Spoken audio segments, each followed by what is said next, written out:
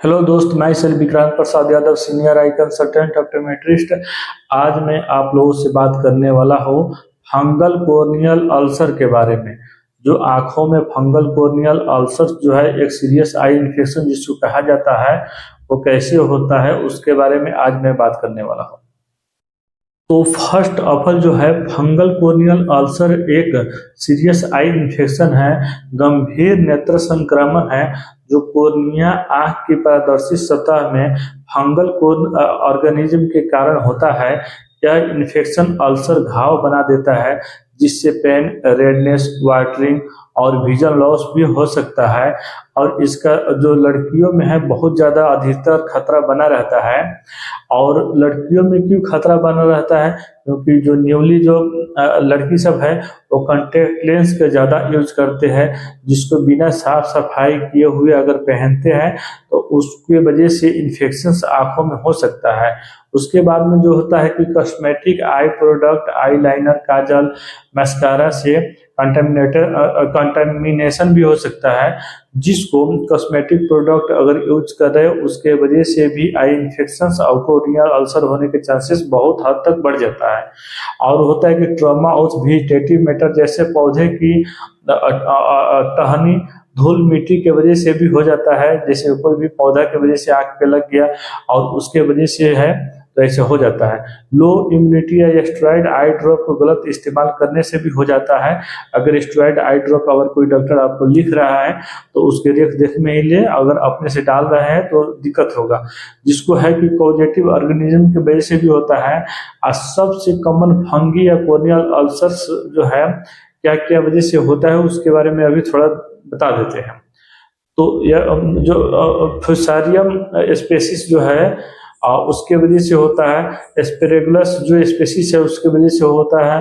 Candida spaces है उसके वजह से होता है। और इसका सिम्टम्स, इसका लक्षण क्या क्या होता है?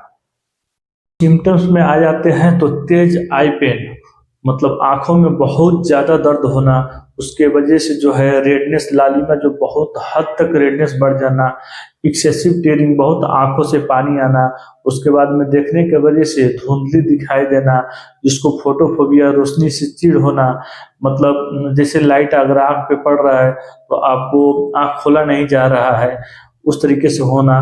जैसे ब्लरिंग विजन, धुंधला दिखाई देना। व्हाइट और ग्रेस स्पॉट्स ऑन कोर्निया, मतलब व्हाइट व्हाइट करके एक ग्रेस टाइप का होता है जो कोर्निया पे परत बन जाता है और जिसमें अल्सर का सिम्टम्स दिखने लगता है, तो उसके वजह से भी ऐसा हो सकता है। और इसका जो है इलाज क्या होगा, जो डायग्नोसिस है उसको क्या होगा, और इसके कैसे हम पहचानेंगे कि एक कोर्नियल अल्सर, फंगल जो कोर्नियल अल्सर है ये कोर्नियल अल्सर ही है। तो फर्स्ट होता है जो टेस्ट होता है उसका स्लिट लैंप एग्जामिनेशन, जिसको कोर्नियल अल्सर का साइज और डेप्थ देखने के लिए किया जाता है। दूसरे में आता है corneal scrubbing and KOM, mount fungal hyphae की माइक्रोस्कोप आइडेंटिफिकेशन से जो किया जाता है। उसके बाद में जो होता है कि कल्चर टेस्ट, जिसमें फंगस टाइप के कंफर्म करने के लिए किया जाता है ये कौन सा फंगस है, किस कैटेगरी में आता है, उसकी वजह से किया जाता है। और उसके जो ट्रीटमेंट है, मेडिकल ट्रीटमेंट क्या क्या हो सकता है, तो फर्स्ट में एंटी फंगल आई ड्रॉप दिया जाता है, जैसे नाटामाइसिन 5% फर्स्ट चॉइस होता है, जिसमें नाटामाइसिन से जो है एंटी फंगल आई ड्रॉप है उसके वजह से फंगल कोर्नियल अल्सर ठीक होने लगता है। उसके बाद जो है एम्फोटेरेसिन जो है, एम्फोटेरेसिन भी 0.15% होता है, उसको भी यूज किया जा सकता है। उसके बाद जो है वेरिकोनाजोल 1% है, उसको भी किया जा सकता है। साइक्लोप्लेजिक आई ड्रॉप्स जो है पेन और फोटोफोबिया को कम करने के लिए दिया जाता है। और एंटी फंगल, अगर केसेस बहुत ज़्यादा अगर बिगड़ी हुई हो तो उसमें एंटी फंगल टैबलेट्स भी दिया जाता है।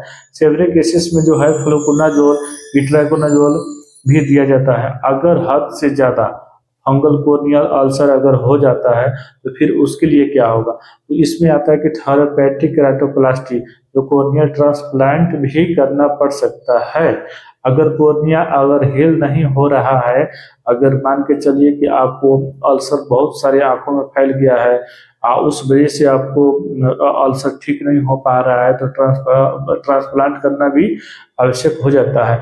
और दूसरी आता है कि कोर्निया परफोरेशन, जो कोर्निया को फट जाना भी कहते हैं, उस समय अगर कोर्निया अगर कहीं फट गया है तो उस समय भी किया जा सकता है। परमानेंट विजन लॉस, अगर दृष्टि जो है आपको खत्म हो गया है उसके वजह से, तो उस समय भी आपको कोर्निया ट्रांसप्लांट भी करना पड़ जाएगा। उसके बाद में जो होता है एंडोप्थल्माइटिस, आंख के अंदर इन्फेक्शन फैल जाना, जो बाहर से तो आपको इन्फेक्शन हुआ ही है, अगर आंख के अंदर इन्फेक्शन फैल जाएगा तो फिर और आपको जाकर दिक्कत हो जाएगा। उसमें होता है कि आई इंजरी, आई इंजरी के बाद तुरंत डॉक्टर को दिखाए। सबसे पहले अगर आई में कोई इंजरी होता है तो डॉक्टर को दिखाए।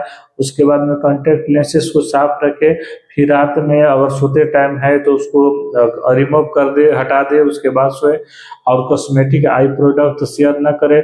जैसे कॉस्मेटिक आई प्रोडक्ट होता है तो पर डे आप यूज ना करें, कभी कभार अगर यूज कर सकते हैं, पार्टी फंक्शन में जा रहे हैं तो सेल्फ मेडिकेशन या स्टेरॉइड ड्रग का प्रयोग ना करें। ये बहुत बड़ा इंडिकेशन है। फर्स्ट आपको है सेल्फ मेडिकेशन, जो स्टेरॉइड आई ड्रॉप्स है उसको यूज नहीं करना है। और दूसरे में जो है फंगल कोर्नियल अल्सर एक खतरनाक इन्फेक्शन है, जो इन्फेक्शन, जो फंगस इन्फेक्शन के से कोर्निया में वाउंड, घाव बन जाता है, जिसके वजह से लड़कियों में यह ज़्यादा देखा जाता है। अगर कॉन्टैक्ट लेंस हाइजीन तरीके से यूज नहीं करें, मेकअप आई मेकअप सेफ्टी को ध्यान में नहीं रखा जाए तो वो बहुत ज़्यादा दिक्कत में पड़ सकता है। और उसके बाद जो है अर्ली ट्रीटमेंट से इसको ठीक किया जा सकता है। अगर जल्दी से जल्दी आप ट्रीटमेंट कराएं तो उसको ठीक किया जा सकता है। और सब कुछ आपको बता दिए। अगर हमारे वीडियो अच्छा लगा हो तो वीडियो को लाइक करें, कमेंट करें, सब्सक्राइब करना ना भूलें। धन्यवाद।